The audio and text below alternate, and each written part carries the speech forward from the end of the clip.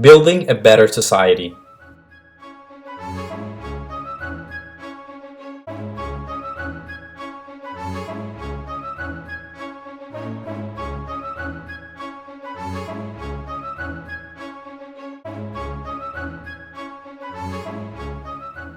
The reforming spirit.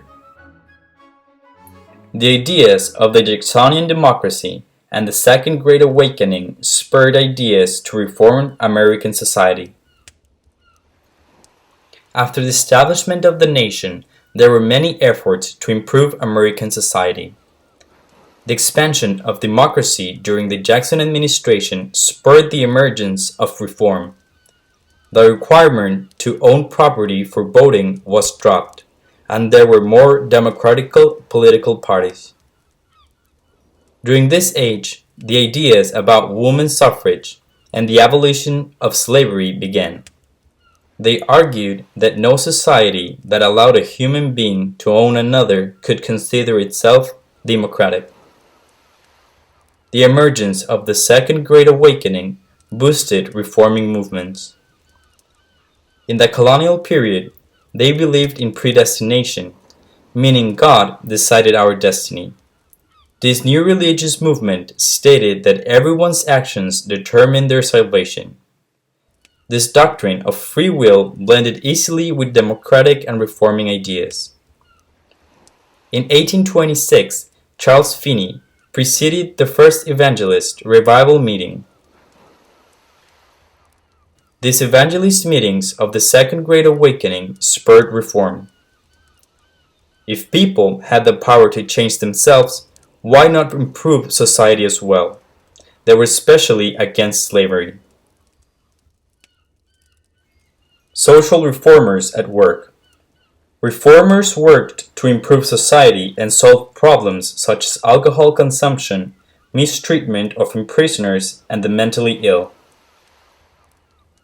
The temperance movement sought to end abusive alcohol consumption. Whiskey consumption was common because it was cheaper than milk or beer. Besides, it was safer than water. As a result, consumption reached epidemic proportions. Many women were drawn to the movement because drunken husbands beat them and their children.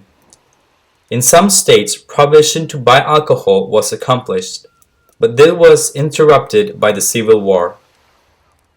Conditions in prisons were extremely hard.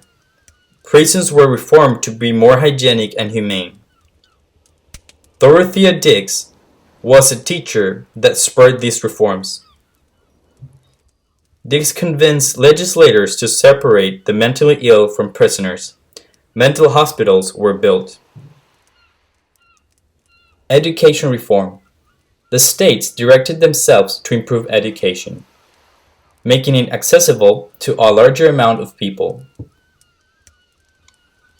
In colonial times, in Massachusetts, schools were established for religious purposes, to learn to read the Bible. Because of this, they passed a law that required towns to build schools and hire teachers.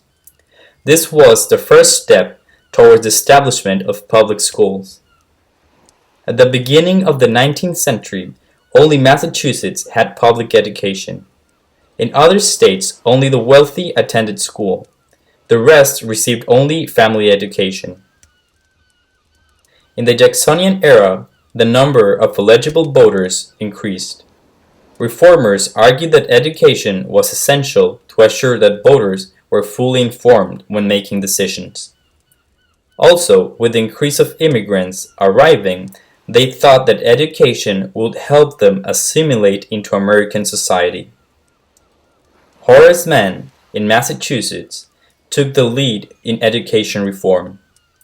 Public funding of education was a critical requirement. Colleges for teachers were established. Wages raised and school year extended. Many northern states followed Massachusetts' example, but the rest lagged. These improvements did little for African Americans because they confronted northern and southern states. In 1855, Massachusetts was the first state to admit African American students in public schools.